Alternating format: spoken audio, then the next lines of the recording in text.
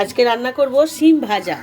শিমটা আমি দু টুকরো করে কেটে একটু নুন জল করে ফেলে দিয়েছি, জলটা জাস্ট সিদ্ধ হয়নি, ঠিক কাঁচাই আছে, কিন্তু জলটা ফেলে দিয়েছি একটু। তার জন্য নিয়েছি নুন, হলুদ, জিরে ধনে গুঁড়ো মিশানো, চিনি, কালো জিরে, শুকনো লঙ্কা, তেজপাতা আর কাঁচা লঙ্কা। তেল তো লাগছে, এটা আমি সাদা তেল দিয়ে করব। গ্যাসটা এখন জ্বালিয়ে নেব।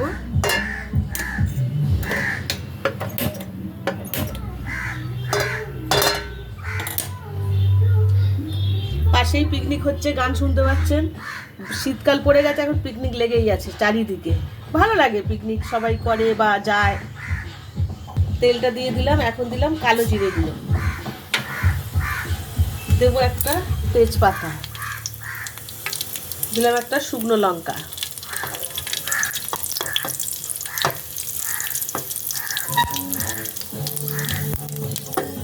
দিয়ে দেবো এই শিমগুলো।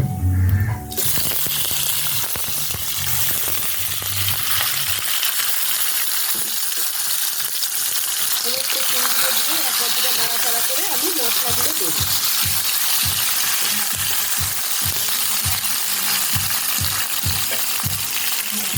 নুন দিয়ে একটু সিদ্ধ করে জলটা ফেলেছিলাম, তার জন্য আমি অল্প নুন দেবো। হাফ চামচের মতো নুন দিলাম, 1 চামচের মতো হলুদ গুঁড়ো দিলাম, আর জিরে গুঁড়ো ধনে গুঁড়ো মিশানো আছে, এটা আমি 1.5 চামচের মতো দিয়ে দিলাম।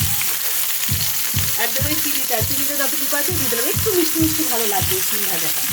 আর দেবো দুটো কাঁচা লঙ্কা দুটো আমি ফাটিয়ে দিলাম, দিয়ে এখন ভালো করে দেখছি নাড়াচাড়া করতে হবে। নাড়াচাড়া করে আমি একটুখানি সামান্য জল দেবো, শিমটা তো সিদ্ধ হতে হবে, সেই মতো জল দিয়ে আমি 2-3 মিনিট ঢেকে দেবো।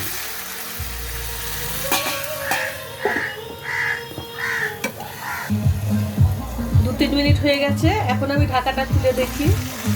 হ্যাঁ, মোটামুটি সিদ্ধ হয়েছে কিনা আমাকে দেখতে হবে।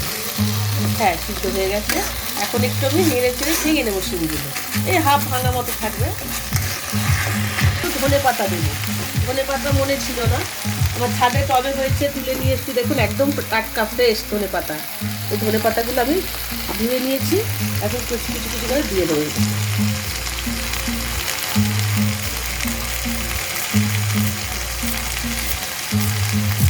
অনেকে শুধু পাতাগুলো দেয়, কিন্তু ডাঁটাগুলোর বেশি গন্ধ থাকে।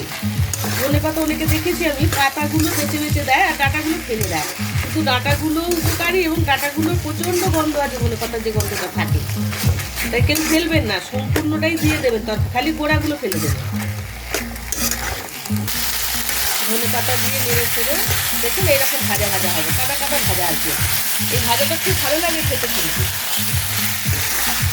রেডি হয়ে গেছে ভাজাটা। আমি এখন গ্যাসটা বন্ধ করে তুলে নেব।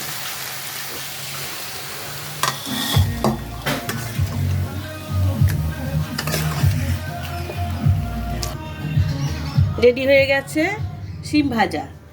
শিম আরও কুচি কুচি করেও ভাজা যায়, এটা একটু বড় বড় করে ভাজা, গোটা ভাজা যায়, অনেক রকমভাবে ভাজা যায়। শিমের অনেক আইটেম হয়, শীতকাল তো শিমের নানান রকম আইটেম করে খাওয়া যায়। এইভাবে করে দেখবেন, খারাপ লাগবে, এটা ভাত, রুটি, পরোটা সব কিছুর সাথেই ভালো লাগবে।